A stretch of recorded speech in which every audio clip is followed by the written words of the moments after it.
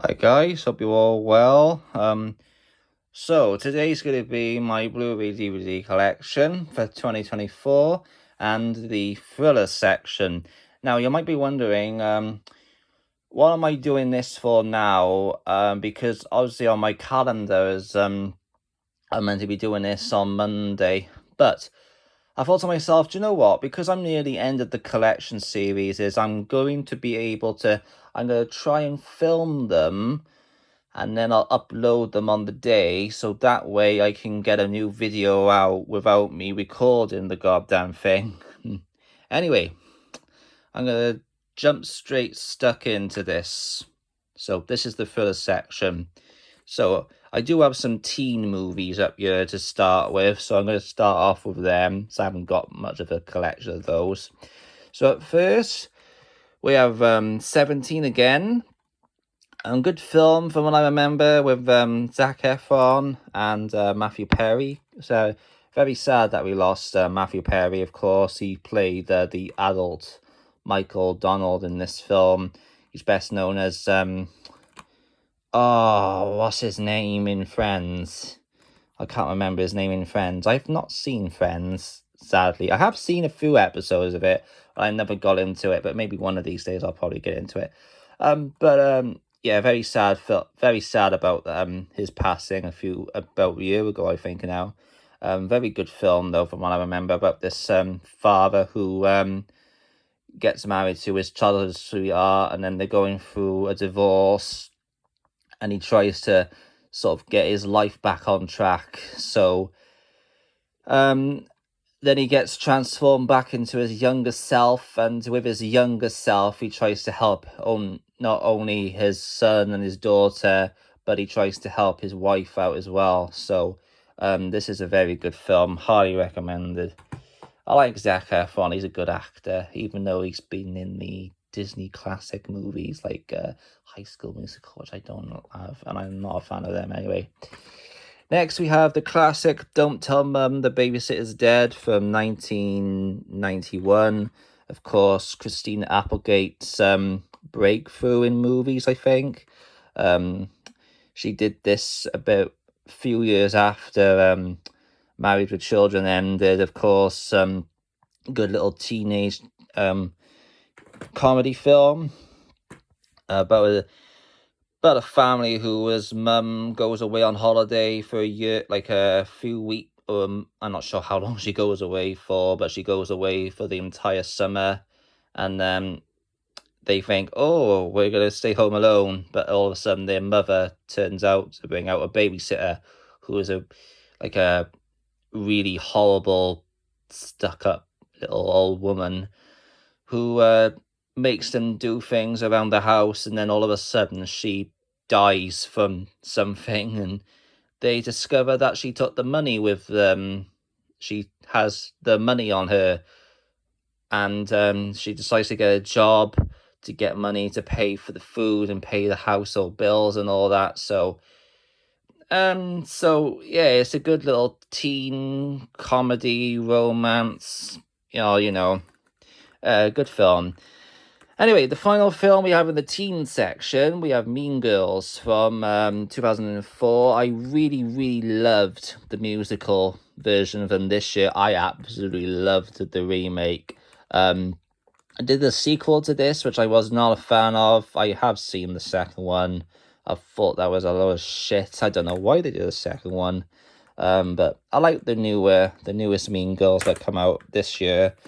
Lindsay Lohan returned, and Tina Fey also returned in the remake. And what's his name who played Tim Meadows? Is it? Yeah, Tim Meadows was in the original, and he's in the remake as well. Anyway, next we have the core great film. I'm on the thriller section now. So at first, we have the core with Halle Berry and Abigail Breslin. Good little film about a kidnapping, and she's a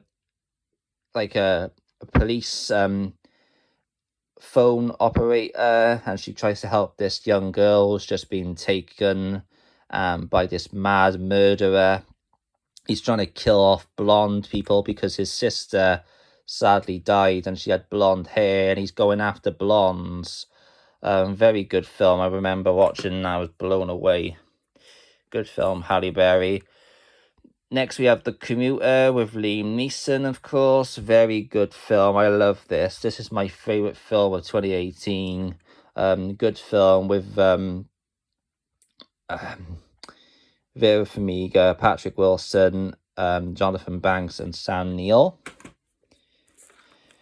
Next, we have on Criterion Collection, Charade from 1963. This is spine number 57.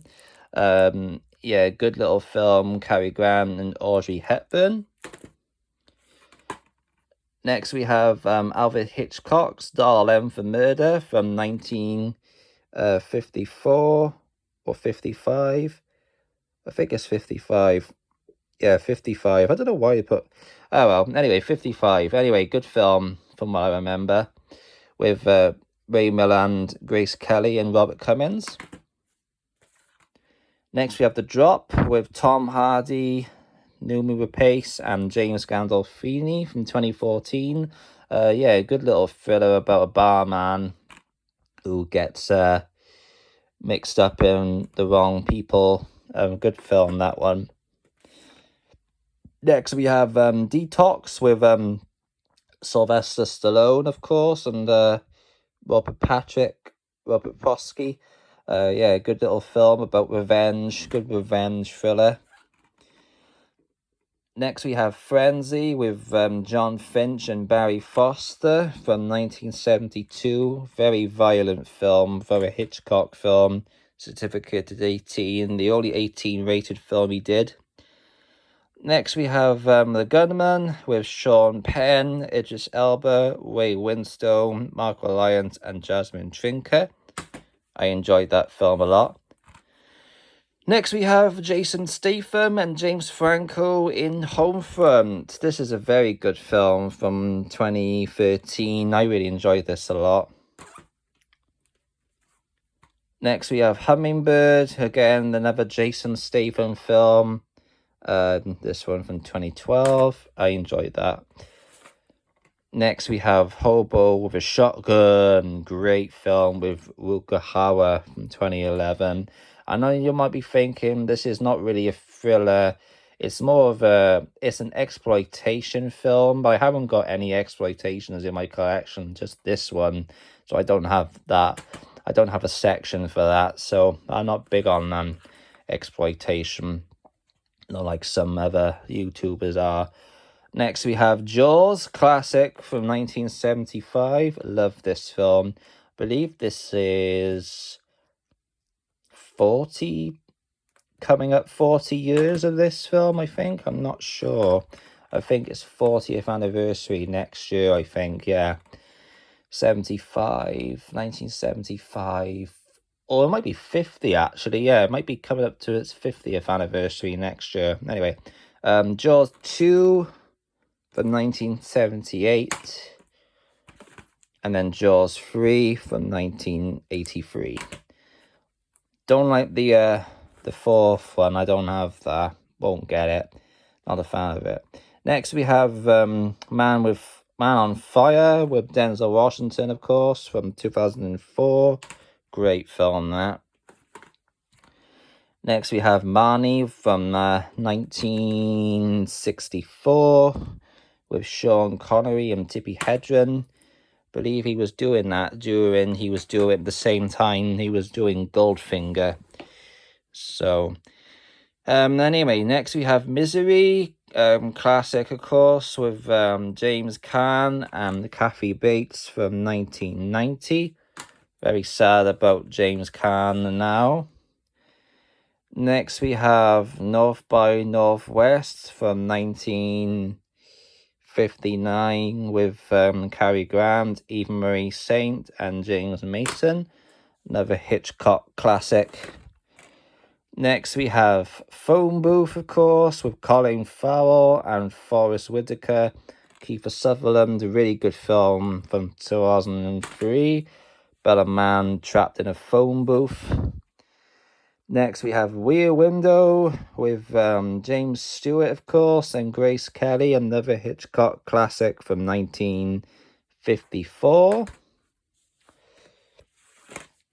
Next, we have Run All Night with Liam Neeson, of course, con man Joel Kinnaman, and Ed Harris from 2015. I actually enjoyed that a lot.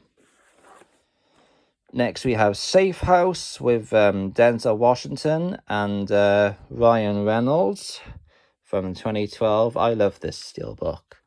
Is there any artwork in this steelbook? Or a little bit in there. I think there's a photo of, if I can get it out, there's a DVD in here. Don't really like DVD. It's just Ryan Reynolds. Oh, it's a bit unfortunate. You could have at least put some Denzel Washington on that steelbook.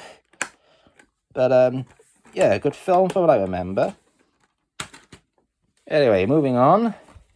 Next we have Shadow of a Doubt, classic, of course, from 1942 with Teresa Wright and Joseph Cotton. Another Hitchcock film from the 40s.